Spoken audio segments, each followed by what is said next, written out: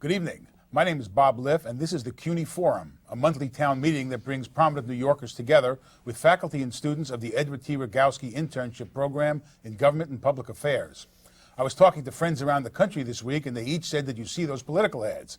And of course I said, "No. What political ads?" There's a campaign for president going on out there in America, but we're not seeing it here in New York. That perhaps is the best indication of how close this election is, since if Democrats have to worry about dyed-in-the-wool Democratic New York, the election is a Republican sweep. It's as if Republicans had to worry about Utah. But of course there is an election taking place one day after this show airs, and we have an awful lot at stake.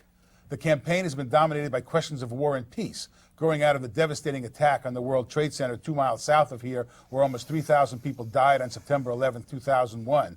And we've seen two dramatically different visions of government and society offered by President Bush and Senator Kerry. Those differences range across issues as varied as the cause and effect of trillion-dollar budget deficits, the state of civil liberties under the Patriot Act, the state of public education under the No Child Left Behind Act, and whether the United States Constitution should be amended to deny same-sex couples the right to marry.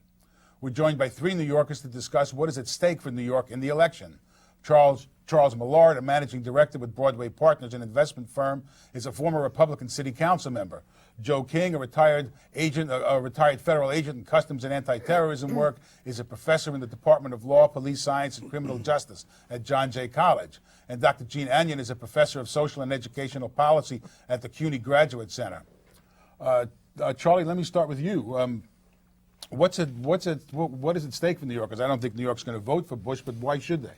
Well, there's a variety of reasons that people often overlook. I mean, first of all, the September 11th attacks occurred in Washington, D.C., and also occurred in New York. And if you look at the economy in New York, it is way better than it was then. If you look at the tax rates for the people who live in New York, they are, in fact, way better than they were then. And we can go into a lot of debate, and I'm sure there's going to be a lot of time for this. I'm not going to try to cover this whole subject right this second, but I would argue that we are safer because of the administration's policies now than we would have been without them since September 11th. And I think ultimately the most important question on the table is which candidate is better able to address issues of terrorism, security, safety on the one hand, and the economy on the other. And New Yorkers really benefit, even though our own politicians often oppose tax cuts. Millions upon millions of New Yorkers have had tax cuts as a result of this president, and millions of New Yorkers have not had another terrorist attack since late 2001 as well. Now, I'm not going to try to tell you that's all because of George Bush, but I am going to tell you I think that it's in great part because of the policies of this administration. One of the implications, Dr. Anion, about in particular the tax cuts and the budget deficits we face is that the No Child Left Behind Act, which was the president working with a liberal icon like Senator Kennedy of Massachusetts, has not been fully funded. What's the impact of the policy and the impact of the funding issues? Well, education under Bush has deteriorated in the cities. The number of children who are in underfunded schools has increased. The poverty in the neighborhoods has increased. Concentrated poverty in suburbs has increased. And where you have concentrated poverty, you have poverty schools. And what No Child Left Behind has done is to pass a mandate that has not been funded. The schools have to take Title I money to do the things that Bush wants them to do. And yet the schools are expected to take students who don't have money for breakfast and don't have books and don't have qualified teachers and raise them up to the standards and the level of achievement of people in affluent suburbs. And without money, it's awfully hard to see how people can do that. And I think that's one of the reasons that there is a large pushback around the country against this policy. Professor King, Agent King, Charlie was talking, right off the bat about the response of the president to the attack on September 11th. There's been, the question is the country safer? Is New York safer? I know you've done a lot of work around ports and areas like that. I mean, are we safer because of the president? The country is safer because of the president, yes. The government, the behemoth that is the government, responded to 9/11. I would argue Homeland Security may not be what it's cracked up to be yet, and it hasn't been funded fully like a lot of programs. But still, Customs has moved ahead. They now have any number of inspectors overseas examining cargo before it comes to the United States. They have inspectors overseas examining persons boarding aircraft before they come to the United States. There are plans to examine spot cargo from various places before it comes to the United States. There's an increased program now to get chemical detectors at the ports in, say, Newark or Port Elizabeth, right? Actually, the Port of New York, as far as most people are concerned. If a bomb does go off, it's still going to be in the Port of New York. But to try and examine things before they get here. Can you stop that? I doubt it. And you can only put up so much defenses against it. You can only use your intelligence to try and target as much as you can. Have they done that? They've increased it quite a bit. Is it 100%? No, I don't think so. I don't think it'll ever be 100%. Charlie, in one of the points that Dr. Anion was making was about the nationalization of education. Right. This is a Republican administration, and there's a question of an unfunded mandate, but there's also a question of Republicans believing in states' rights, believing in devolving government down to a lower level, and yet on the Patriot Act, on No Child Left Behind, you see a nationalization of standards. Is that a consistent Republican policy? I think it's a great point. I mean, it depends on what the issue is. I don't think that we have, that Republicans or Democrats have or need to have an overall policy that says we are always against a national policy or we are always for one. But you've pointed out that No Child Left Behind is in some sense a national policy in an area where Republicans would traditionally have said let each state decide. I think it's worth commenting, though, on this issue of full funding. First of all, the Department of Education has gone up 58% in funding under 4 years of George Bush, which is more than it went up under 8 years of Bill Clinton. The funding for the No Child Left Behind and disabled children has gone up by 42% in the period under George Bush.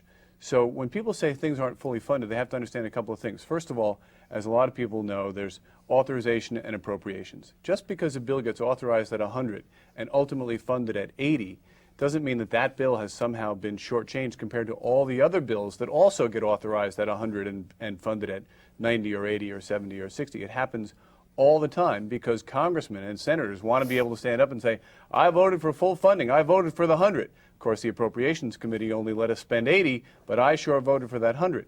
And when you also talk about cutting a budget, sometimes when you spent 100 this year and you planned to spend 130 next year and you only spend 120 next year, some people call that a cut. I call that a $20 increase. And when this administration has increased spending by 58% of the Department of Education and 42% in the area we're talking about, it's hard for me to really take seriously claims that lack of money is the real problem here. And when you really want to get to nationalization, I would say the state of public education in this country is a mess. And in that, I think Gene and I agree. And I would say that what people need is not money, but standards. Because more and more money isn't what makes schools do better.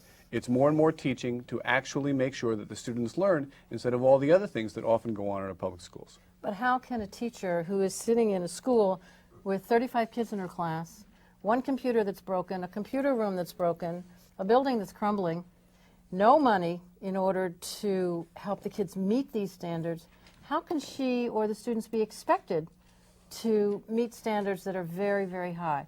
Whereas kids in affluent suburbs have all of those things and all of the things they need to meet the standards. I don't think that anything you just said has anything to do with meeting standards. I never had a computer when I went to school.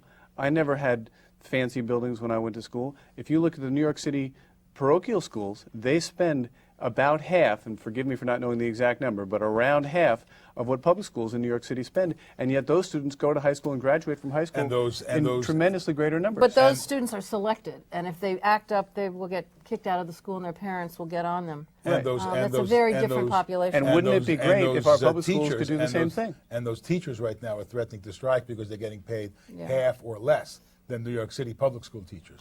You don't need a fancy building, but you need a building where the toilets don't overflow all the time, where there's not mold coming out of the ceilings in the classrooms. You need books, you need music, you need art, you need counselors. Obviously, all those things are true, right? Yes, I mean, I'm they not are. saying who cares whether the buildings are any good. What I am saying is that money is not the solution to students' lack of learning. But It what is about teachers who are teaching to real standards and making sure that the students learn instead of Jump in. hand-holding with But all the point kinds is, of how can curriculums they make that this have help nothing the to do with students learning. learn when they don't have the equipment to do it? I learned without computers. People learn without There computers all the weren't time. computers when Right. you were in school. Right, and math is the same. Math is not the same. And math is not the same as it was then. But I'm interested in this question of nationalization as an idea, because on one level Bush is an extremely ideological president. He was kind of a selected president as opposed to an elected president, considering the Supreme Court by a vote of 1 put him in the White House, and he did not come into office as a chastened president. He said, "I'm going to run with this." With my agenda, as opposed to reaching out to a divided country. And it's this kind of imposition of a national standard on a locality as an unfunded mandate. When you were on the council, you used to talk about unfunded mandates all the time. Right, but an unfunded mandate that says you have to go and spend money that you weren't otherwise going to spend is one thing. A mandate that says, if you claim to be public schools and you claim to be teaching people, then you actually should, and they should actually learn. And if they don't, we're going to hold your feet to the fire. Sounds to me very common sense. You also, in terms of unfunded mandates, the kind of security costs that this city has had to pick up have been enormous. Exactly. The federal government has always been a reluctant policeman. More often than not, you find people that really don't want to get involved in policing issues. The Federal Bureau of Investigation likes to investigate bank robberies and whatnot, but it's very reluctant to get involved in street crimes and street gangs. They've been dragged into street gang task force recently, but they've always stayed away from it. But even our masters in Congress have been reluctant to fund us. If I worked in the Carter administration, when I remember the administration authorized 500 new cars for our office and then failed to give us the gas for the new cars. And continually things like that would be going on. Same way with immigration. The Immigration Service was the stepchild of the government for years, critically underfunded, and now the new administration has decided to authorize state police agencies in the United States to enforce the immigration laws. Of course, in New York City, the immigration is a very critical issue in New York City, with 35% foreign-born, tremendous number of undocumented immigrants, and we traditionally had a policy saying we're not going to ask questions. If somebody comes for medical care, we're not going to ask their immigration status. If somebody wants to send their kid to school, we're not going to ask immigration status. If somebody wants to report a crime, we're not going to ask immigration status. The federal government specifically over, it was an Ed Koch era executive order, and the federal government in the Immigration Act, this one I believe was under the Clinton administration, said no, you cannot do that. I mean, there is a federalization of a lot of what were traditionally, and I think this has increased tremendously under Bush. There has been a federalization, if you will, a nationalization of what were local functions. There are, and in my field, at least in law enforcement, we have been traditionally not funded on either level. We have mandates been given to state police agencies and some city police agencies. The typical argument you saw about the Republican convention, the Secret Service would come in and give mandates about how many officers should be involved or what security arrangements would be held, and if the president was going to be there under a different act, they can come in and require so many police officers for the protection of the president, but did not reimburse the city for that, or for the United Nations. Well, yes. About this nationalization, I mean, I don't think we can blame Bush entirely. No, I think some of this stems actually from the Clinton administration. Well, even This back trend, further. right. I mean, when a very prestigious group of people got together and published A Nation at Risk in 1983, they recommended many of the things that were then passed by Clinton and now are actually in part of the law, but they've been things that have been recommended for a number of years. I think it's a trend that Bush just sort of magnified. It's a really interesting point because I have to quarrel with you. I mean, you sort of gratuitously threw in that he was a selected and not an elected president. I don't think that was gratuitous at all, Charlie. Well, the fact of the matter is that we have an electoral college, and I mean, I don't think we're here to debate the Supreme Court case before, but he is our president. Right, but I'm not trying to debate the Supreme Court case, but I mean, we have an electoral college, and 4 presidents have been elected without majorities, and actually, I think even more than 4, but 4 for sure.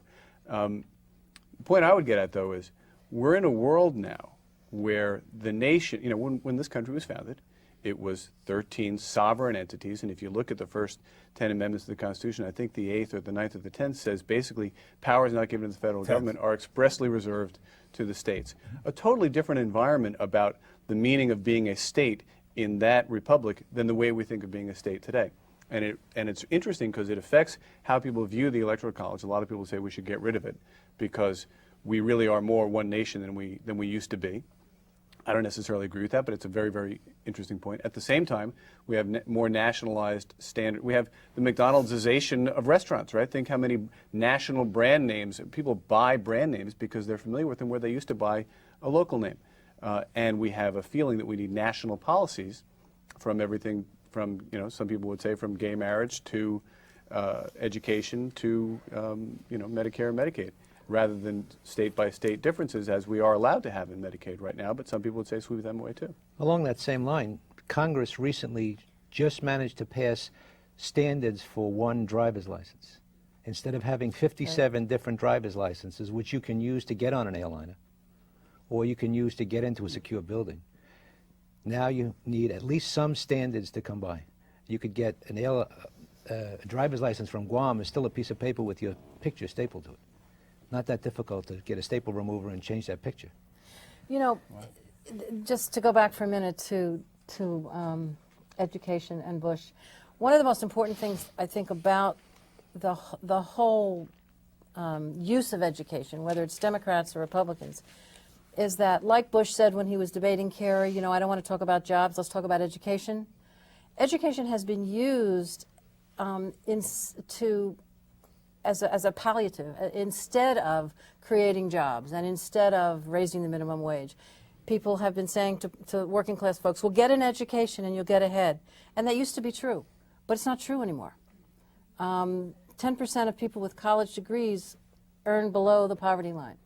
A high minority of families who live below the poverty line have a full-time, year-round worker.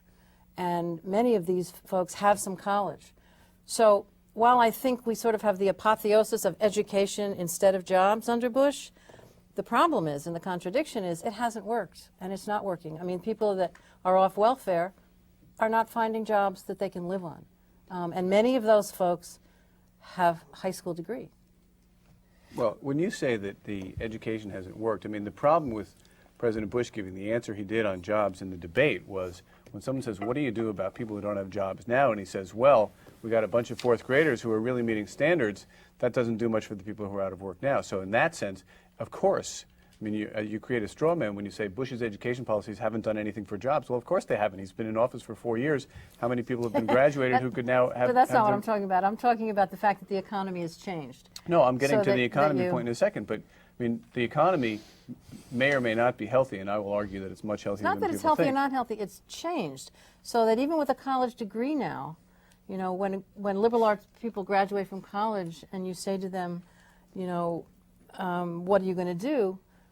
Many of them end up in jobs that pay minimum wage because the economy's changed. So what solution do you propose to the person who comes out of college with a liberal arts degree who ends up with a less than desirable job? What would we change in this world for those people among who the have things better that jobs?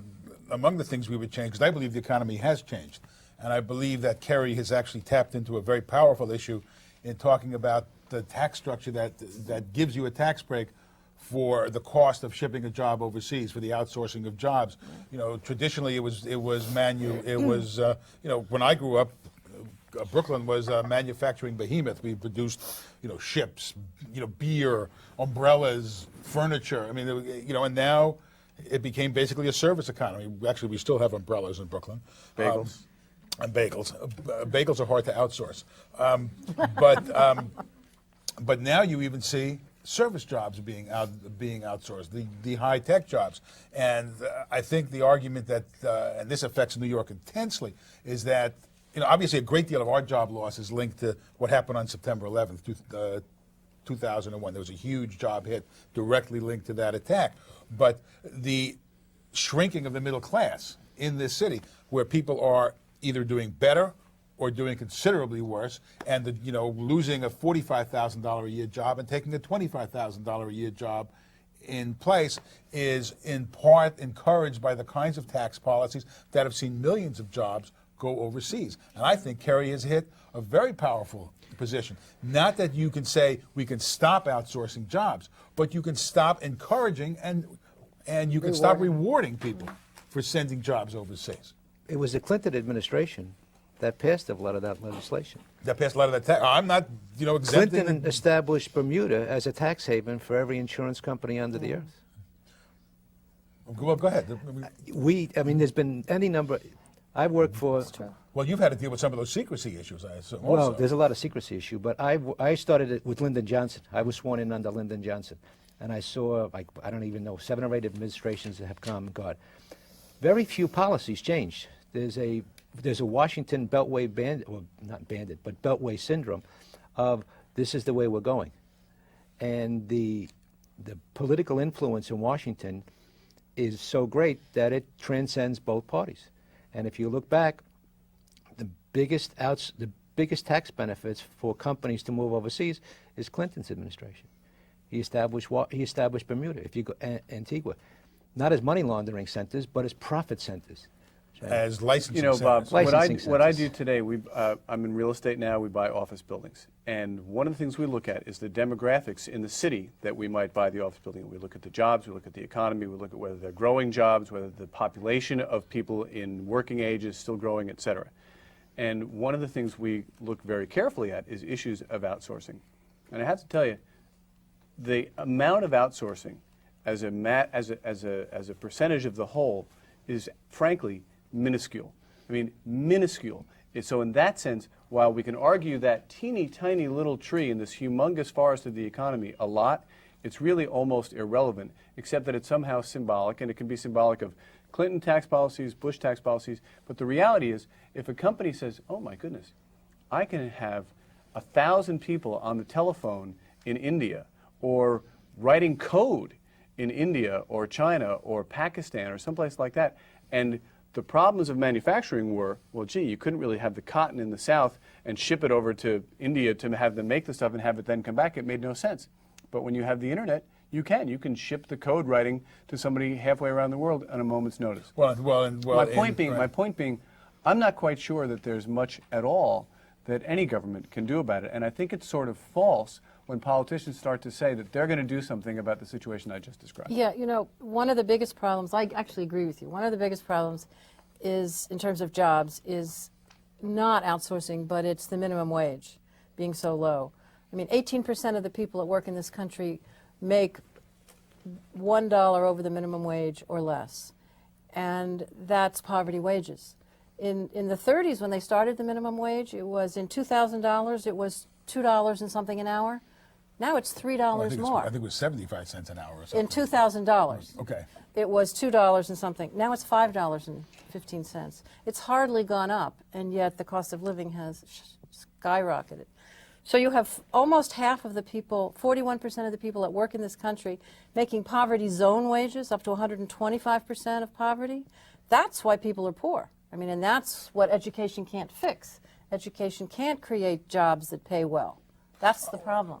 And I would argue that the Bush tax cuts, which are directly linked with the economy going from a $5 trillion projected surplus to a $2 trillion, $3 trillion projected deficit, my kids, your kids, Charlie, our kids are going to be paying that for an awful long time.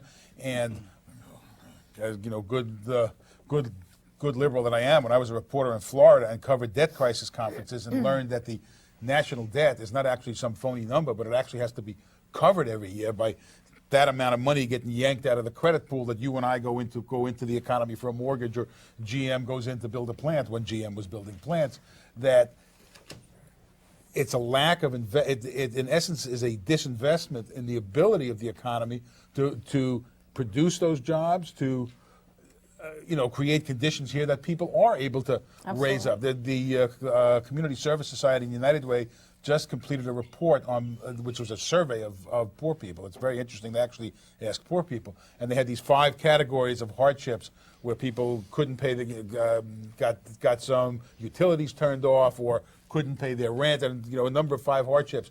People who made the minimum wage had like something like 45% of the people had three of those 5 hardships. And if you raise their wages to some degree, about 125% of the poverty level, I can't remember the exact number, only 21% of the people face those kinds of 3 hardships. That in fact, one of the issues of poverty is that you don't have enough money. And in fact, I believe that wage question is critical for the health of the economy. But I think that the budget deficit is something that does have to be covered. It's not a phony number. But the budget deficit, first of all, that huge, humongous, terribly problematic budget deficit that, as you said, sucks money out of the economy, must be incredibly powerful in raising interest rates, because that's what happens. If you're sucking money out of the economy, the risk in the deficit is that interest rates go really, really high. So do you think they'd be even lower if we had less of a budget deficit? Do you think interest rates today are so high that's a problem to capital formation? No, I think that those interest rates would be much higher if we weren't being bailed out by a huge amount of foreign investment in a very uncertain world, looking to what they at least see as the certainty of the American economy. I don't think when somebody invests in you, that's being bailed out. If I invest in somebody's company, I'm not bailing them out. I believe I'm going to have a really healthy return on my money at low risk. So how's that bailing somebody out? Because that can shift, because that's a geopolitical phenomenon. It's not an American phenomenon. It's beyond our control. And were foreign governments, for political reasons or any other reasons, were people to decide to pull their money out of America because of our deficits, and because deficits will have a tendency to raise interest rates, that we are building a house of cards that could have a card pulled out and have a major problem. You don't think that those deficits are significant at all? I think it would be better to have lower deficits than higher deficits. So in general, would it be better to have a surplus than deficits? Well, maybe not. I would say most people who own a home live on a deficit. And what they're doing is they're paying interest rates so they can afford the home. And later in life, maybe 5, 6, 7 years after they buy their first house, sometimes they buy a bigger house. How does that happen?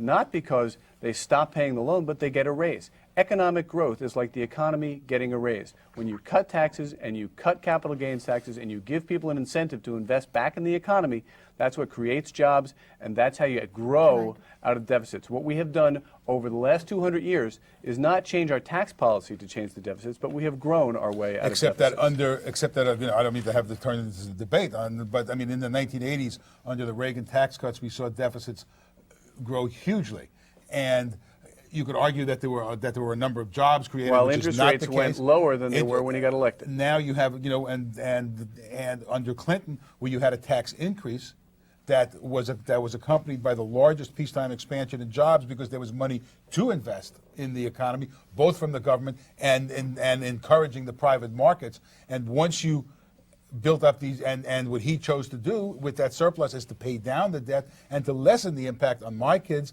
and your kids for the rest of their lives. There was some analysts have said that. Pardon me for getting in an economic debate here. That's all right. Just one more thing about it, though. Some analysts have said that every household in the United States owes $500 a month because of the deficit, just to pay for what we spent on the Iraq War already. Well, that's the other issue, because in the president's budgeting plans, it's a couple of $100 billion. Cost of the war is not even Which included. He doesn't have. Is like off the books. Right. So it's a cost that it's a snowball coming down at us that we don't even know the size of it. And the other thing is, in terms of this deficit and tax cuts causing jobs, one of the biggest issues in the campaign is the fact that there are fewer jobs now than when Bush took over. And first time since Hoover. Yeah, and that there are really very few jobs for people who need them. So I would argue that that's... I think the statement that there are very few jobs for people who need them is a joke. The unemployment rate, there are two different numbers that people are looking at. There's the unemployment rate, which is right now almost the exact same as it was when Bill Clinton was elected. And I don't think that you saw the Republicans re-elected. I don't think you saw the Republicans in 1996 saying the economy is terrible. They had other issues, but they were not saying, oh man, this economy is just absolutely terrible. Okay, so that's one statistic, and it's almost the exact same. The second statistic is the how many people say that they are working, and they are culled from a certain category of people who are not the ones who would respond if they're self-employed or working at home or things like that. So what we have is an apples to apples we've talked a moment ago about how the economy has changed, right? More people are entrepreneurial, more people work at home, more people are self-employed, And more people et are cetera. out of looking for jobs and Well, not hold on. counted in the Let me unemployment just finish. statistics. No, my point is the economy does change, and so the way that we counted, everybody put your hand up if you're working, needs to be different, because now everybody put your hand up if you're working leaves out a lot of people that we know, in fact, are working. What is apples to apples is the unemployment rate, and that's the exact same as when Bill Clinton was reelected. I want to go to questions, but I They're want to ask employed, you. but But I they're want to poor. ask you one quick question. The one person we haven't been talking about is a guy named John Kerry. You looked at what John Kerry is saying about security issues. Is he compelling? Is he convincing? Is he credible? He's a challenger, so he has to raise some issues. But again, Homeland Security is not a new idea. It was actually proposed by the Hoover Commission back in the 1960s to merge these agencies and create a one face at the border. But still, the proposals that I've seen, there's nothing drastic and no funding. There's no funding coming forward for a lot of these issues. Let's tell us your name and what campus you're from. LaQuanya Goodman from John Jay College. This question is for Mr. Millard. Now, you stated earlier that about Bush increased the rate for education, the budget about 35% or 53%, I'm not sure. 58%. 58%. A few weeks back, there was an article in the Daily News about Vocational Maxwell High School in Brooklyn, New York. It's dubbed as the sardine can high school because it's so overcrowded. They said in the article there were about 5 or 6 Spanish classes being held simultaneously in the gym, and students complained about not being able to learn. Now, this is not the only school that has this problem. Overcrowding is a big problem in New York City, and I'd like to know how much of that increase went to schools in New York City. I couldn't say how much of the increase went to New York City schools. You ask a question that's a very, very important question in one sense, which is many, many municipalities throughout this country are doing a terrible, terrible job of running their school systems for a wide variety of reasons, from lack of funding to lack of focus to incompetence. And you can't really hold the national government, whether that's Bill Clinton or George Bush, responsible for overcrowding in a New York City school in Brooklyn. And I think, going back to the question you raised earlier, Bob, what I think they've tried to do in No Child Left Behind is say, look, we're not going to come in and micromanage how many Spanish classes exist in what rooms in what high school in Brooklyn. What we are going to try to say is we've got to have some level of standards so that we can actually conclude that children have received an education when they go to school. But I don't know if the Maxwell situation is linked to No Child Left Behind to transfers No, in. I'm saying, know that. to my mind, it probably is not. No Child Left Behind is much more about setting standards for student achievement. But it also allows transfers. It allows you to, if a school is defined as a failing school, you have a right to request a transfer to a school that is not on that list. Right. So one would think that school might well be on that list, but I don't know. Yes, ma'am. Hi, Amy Rubenschneider, Brooklyn College. My question is also about the increase in educational funding. I was wondering how much of the increase in educational funding went towards abstinence-only education, and whether or not that could be counted as the 58%. Well, I'd like to challenge that. I mean, right ahead. I have, that's the first time I've ever heard anybody argue that Bush is actually giving plenty of money for this. Well, for this being what? For No Child Left abstinence Behind, education, for bringing fixing up that the building? schools. For bringing up the schools. I mean, so much of that funding, it goes for categorical reasons, like special education, for example. So Well, that's a terrible thing, isn't it? I would she like asked to know them, We're funding special education. Can you believe that? I would like to know. Actually, we're moving kids out of special education Yeah, that's because too right. many kids were put in special education strictly for Yeah. funding reasons. There's nothing wrong with it. I'm just saying that it's not the kind of money that's going to Evander Childs or Maxwell or any of these schools. But she was asking a question about abstinence education, which leads you into the kind of ideological underpinning of a lot of what the kind of Christian evangelism, the kind of, I guess it's linked to the faith-based initiative, which I think is much less of, from my point of view, a much less offensive point of view than the kind of enforcing abstinence education on kids. And I'm not saying I think kids shouldn't practice abstinence, but I mean, is that an ideological impulse on Bush's part? I really couldn't tell you how No Child Left Behind money affects abstinence education. I would say, from my own point of view, I think it's really intelligent to tell people that the one way to make sure that they don't receive a sexually transmitted disease or become pregnant is to not have sex in the first place. I think it's really smart to teach people that. You know, one of the things No Child Left Behind does do is say that that the federal government has the right to get the addresses for the military of all high school students, and the only way that students can be allowed to not give these recruiters their addresses is if their parents write a letter. I mean, that's part of the No Child Left Behind. You're not. It says that you can't deny patriotic organizations in schools. I mean, there's a lot there that people don't know about that is rather pernicious. Isn't that all, though, an overstretching of the federal government? Why are they doing it? And in the first place, why are they even involved in education? Well, that's another question. That's an education interesting is a question. local issue. I'd rather have somebody in City Hall, even in this City Hall, than somebody in Washington. Yeah. It's not a federal mandate. I mean, there is Article 10 that should have restricted it. That should be restricted. I know for congressmen and all that, it's always good to go back to people and say, oh, I got a new gym for us, and besides, I got a new bridge to the gym, and I got a new parking lot, and all of these other fats that the Congress pull off. But it's really not some federal issue. Well, there's very little in education that's local anymore. I mean, the 99% of the mandates that run schools are state or federal, whether they're funded or unfunded. The part of local education that's local is the politics of who gets to divide up the crumbs. But the rules that really govern it are mostly state and federal. A $13 billion pie is a pretty big crumb, though. I have to say one other thing, which is in response to what you said a moment ago, Gene. I don't think it's pernicious for the Army to be allowed to send letters to high school seniors saying, would you like to join the Army? I think it's a pretty terrific thing that people are able to actually communicate with people, with students, and say, for those of you who are interested in this all-volunteer Army, we wanted to make sure to be in touch with you to let you know. And you think that the federal government should require school systems to allow that? I'll put it the other To way. give the addresses. I'll put it the other No, way. that's what's in the law. I will express this same law the other way. I don't think that principals should be allowed to stop them. I don't think principals should be then allowed to stop in that the case, you United think States that the- Army from writing to seniors in the high school and saying, would you like to join the Army? So, but that's a profound. I mean, this leads What's into so the, pernicious about well, that? because That's it the leads Army into that there protects is this country. This is part of a larger civil liberties debate having to do with the Patriot Act. It's not a violation of my civil liberties to receive a letter from the Army saying, would you like to join?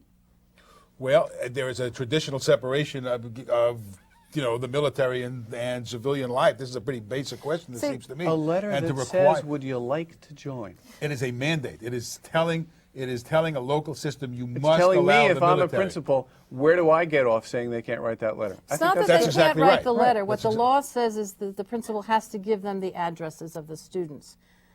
Does the principal have to take the money? What money? If he declines to take the money under that section, Well, a number of does he have states. to abide by the section? A number of states are fighting the No Child Left Behind by foregoing federal money of any sort. And there's quite a small movement that's growing. Let me go to another question here. Victor Whitney, York College. Just like to get back to voting a little bit more. I think this question is probably more fitting for Mr. Millard. You mentioned before that we should vote for President Bush because our country is more secure. Actually, President Bush's campaign, the fountain head was security. However, the 9/11 Commission found that the security and even immigration was below standard before the 9/11 attacks. Don't you think we're giving too much credit to the president for his retaliation to 9/11? And we should start thinking more about, as a commander-in-chief, he should have put the security system first so he could anticipate or even, go towards that attack. I think most of what happened before September 11th, you have to ask yourselves, when you're in a new job, and you've been in the new job for 9 months, have you completely mastered that new job to be at the top of your game after you've been there for 9 months? I think for most of us, the answer to that question would be no. Secondly, when I say that I think that we're safer because of President Bush, it's not black or white. It's not like it's either 0 or 10. If 10 is completely safe, probably none of us would want that because there would be various pernicious civil rights issues at stake to make us completely, a 10 on a scale of 1 to 10 safe. But if we were at, let's say, to use a number 3 on a scale of 1 to 10, I would say that now we are at, let's say, 5. And the jump from 3 to 5, I believe, is because of the efforts of this administration. I'd like to answer that too. 9 months did not take, 9 months did not take the entire security agency of the United States down. The FBI was underfunded under Clinton. The FBI was underfunded under George Bush 1. The CIA was underfunded. The CIA was put under any number of restrictions. When I was in active service, I was forbidden by statute, by federal statute, to talk directly to the FBI. I had to talk to someone else, to have them talk to someone else, to have them talk to the CIA, to have them talk back to the FBI, to have them talk back. This would take, by memo, about 3 months to get a simple answer. Do you know who Tom Jones is, or whatever it was? 3 months. That was put in by Carter.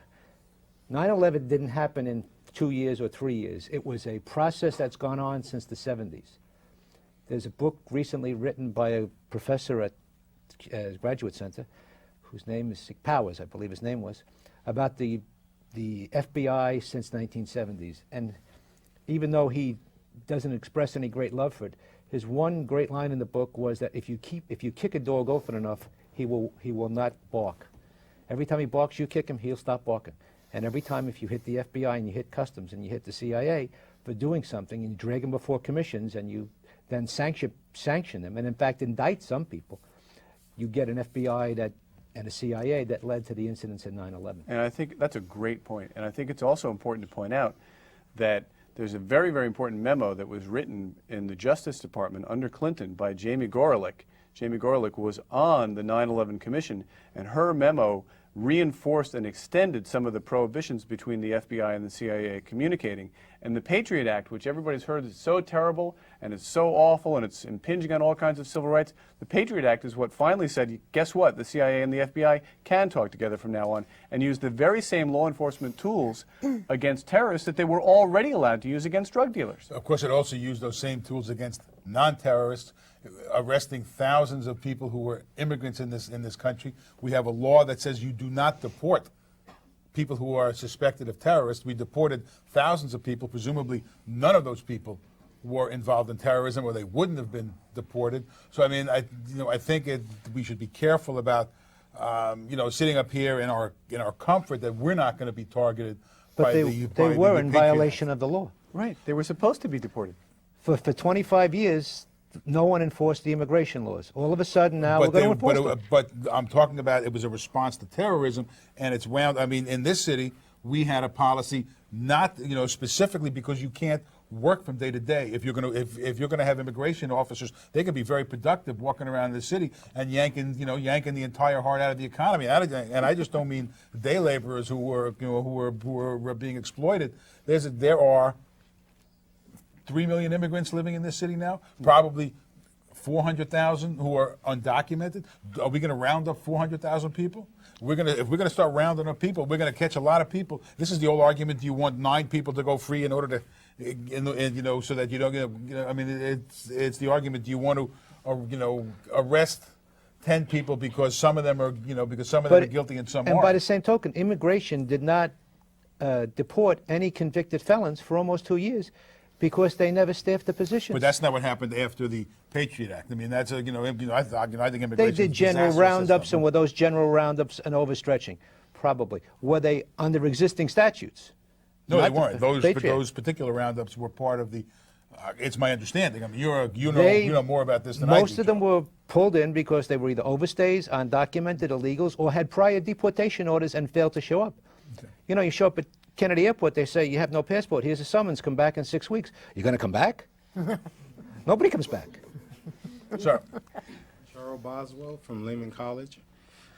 Due to recent administrative action, Section 8, NYSHA, and other programs are being dissolved and replaced by another program as of 12/19, which forces presently unplaced families to accept whatever is available, even if inadequate due to time restrictions. Can you expound on this new program and explain how this will better address the homeless and affordable housing issues? I mean, I don't know if you're up in the housing. We talked a little bit about housing in the last forum. We're really not housing experts here. My understanding is that at one point they were trying to cut back dramatically on Section 8, and Section 8 is a rental subsidy program, which is the way that an awful lot of people are able to live in this city. And at one point they wanted to basically cut it back. Then they came up with a plan to say, okay, we're going to take an average not only of what it costs in New York City, but what it costs in New York City and the suburbs, and that would have the impact of lowering the amount of those vouchers.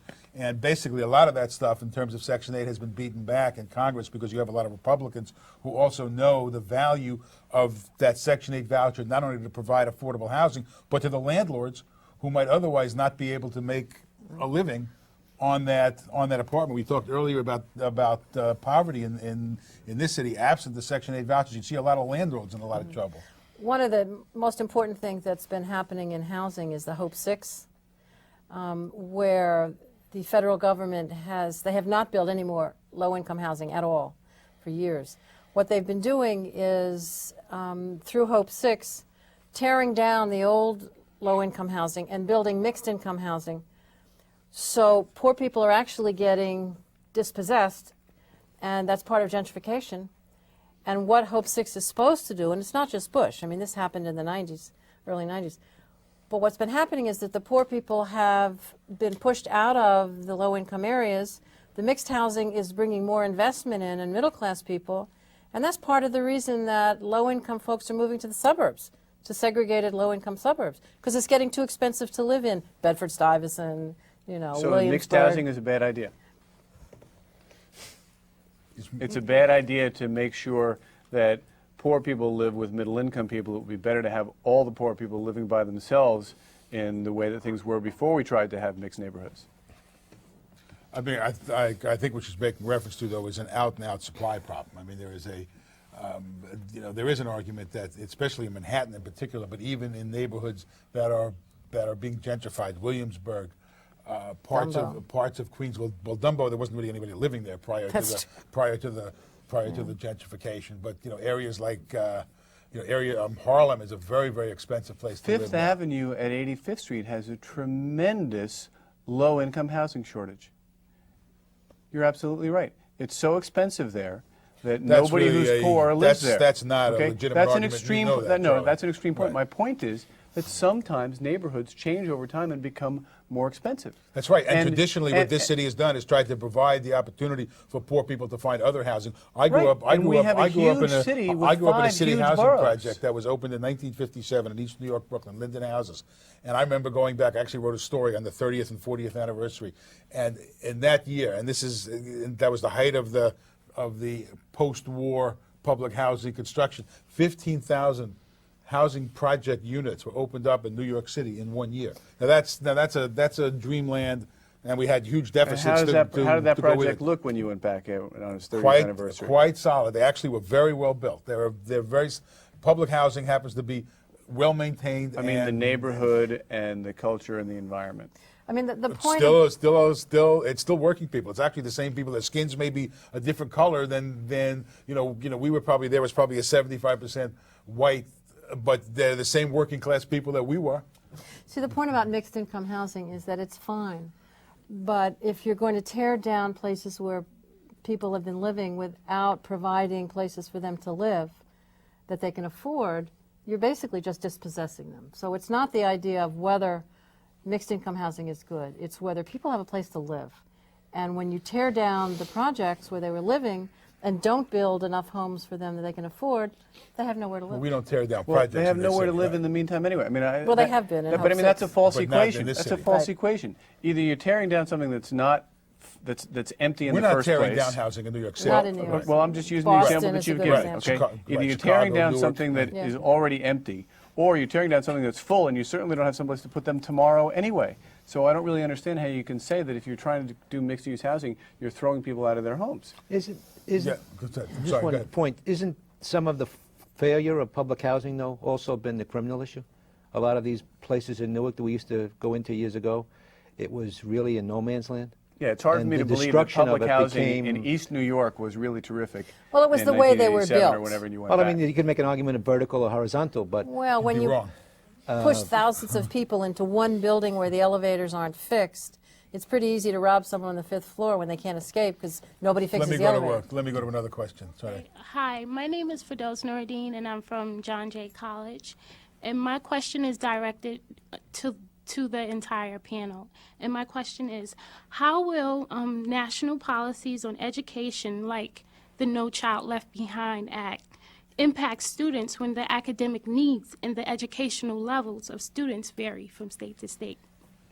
Why don't you take that, Gene? Start, and then I'll let Charlie jump. all I'm over. not. I think he's afraid of me. I don't understand your question. How is a national policy supposed to impact equitably when people are at different levels, Yeah, exactly. And different also- educational levels? Yes. And also, how will it impact students as a whole when our educational levels vary from state to state? And Well, I see what you mean. One of the things that's been happening as a result of this mandate that schools raise student scores is that many of the states have been lowering their pass rates for what it takes to pass the test. So while No Child Left Behind says that it wants to raise scores, what it's actually been doing is lowering the level at which states count kids passing. Now there are some interesting data that in some of the states where there are large concentrations of low-income folks in schools, some of the scores since the standards movement have gone up. So there's nothing wrong with standards per se. It's the idea of helping people reach them. That's the key. I do want to try to get a couple of more questions in before we finish there. Hi, good evening. My name is Saba Debasu. I'm from York College. My question is for Mr. Millard. Millard, sorry. Referring to a comment you made earlier in the session, you said that I guess it's more of a structural problem in the educational system that kids aren't getting educated at the same level as kids in the suburbs, and it's not so much of a financing problem. My question is, how do you suggest we coerce teachers to teach at a higher level, as they do in suburban schools, when there's overcrowding, lack of books or complete books, and the teachers aren't getting paid as much? How do you suggest we make that structural change, or at least a significant improvement without the increased funding? Briefly, Charlie. I don't think that I said versus suburbs, but yes, you have my point reasonably well. My point is that it's not just money. And I think you've hit on the very question that Bob was saying before about nationalization. What can New York City do about some of those problems is a very, very different question than what can the federal government do. To my mind, if the federal government comes along and says, if you're going to teach, you've got to teach students so that they get a decent enough education that they have what a 4th grader should know before they go to 5th grade, or an 8th grader should know before they go to 9th grade. I think that that's an appropriate level of insistence by the federal government. That's your first question, really, is we're talking about the federal election. In my mind, I don't think the federal government can come in and tell Mayor Bloomberg and Joel Klein how to move their students around, how much to pay the teachers, how many students per class. It's not really practical for the federal government to try to solve that. And to try to tell you how New York City could solve that, first of all, is not my area of expertise, and secondly, would be in another entire show. Let me just, because we're running just a couple of minutes left, quickly. Good evening. My name is Ryan Marola. I'm from Brooklyn College. My question tonight really focuses on higher education and the national government. The reason why I ask this is we've had problems over the past few years with TAP funding. And CUNY especially just had a tuition increase last year. Right. And what I wanted to know is, what do you propose to do nationally about things like the Pell Grant to help students who unfortunately found a lack of financial assistance there to improve their chances at getting a higher education? Do you know about the... Well, Briefly. one of the main reasons that there isn't enough money for these students is that money's being spent on places like the war. But also, until the 1960s, until John Kennedy's administration, in most years, wealthy people paid 60, 70% tax rate. Now it's down to maybe 20, 30. So we need to rethink how we can get wealthy folks and corporations, their tax rate is about 2% or 1% of collected taxes, how we can get these money from those people who can afford to actually help students go through school and do some of the other things we need to do. We only have about a minute and a half left. I want to ask each of you to, let me start with you, Joe. You know, again, the one who's been missing from this entire conversation is Mr. Kerry, who, you know, there is a, you know, I think that to a large degree this campaign is all about Bush, and Kerry is just the other guy standing there. Is Kerry, is this all about yes or no on Bush, or do Kerry's ideas get that, get that kind of scrutiny? I haven't seen any kind of a really push on his ideas. In reality, the entire campaign of his has been dragging, except last week when he managed to resurrect Bill Clinton. Briefly, I mean, what's going to happen tomorrow, since we're being Well, broadcast the day before the election? We have less than a minute. I think Kerry's going to win. The most important issue is security. The guy who can handle that best is George Bush. You know where he stands. Sometimes you know where John Kerry stands. Who's going to win tomorrow? Bush. Why? He has the power of the incumbency. He has a good, solid base. I think he has much more support than Kerry. And Kerry is, the Democratic Party has an awful lot of splits in it to give him all the support that he would really need to come back something like Clinton did. Well, I think that Kerry's going to win, and as I've explained to people, I think that I'm the guy who picked President Dukakis, so I know a lot about presidential prognostication. We only have about 20 seconds left. I want to encourage everybody in the audience, everybody out in TV land, to get out and vote. As we used to say in Brooklyn, you should vote early, and you should vote often.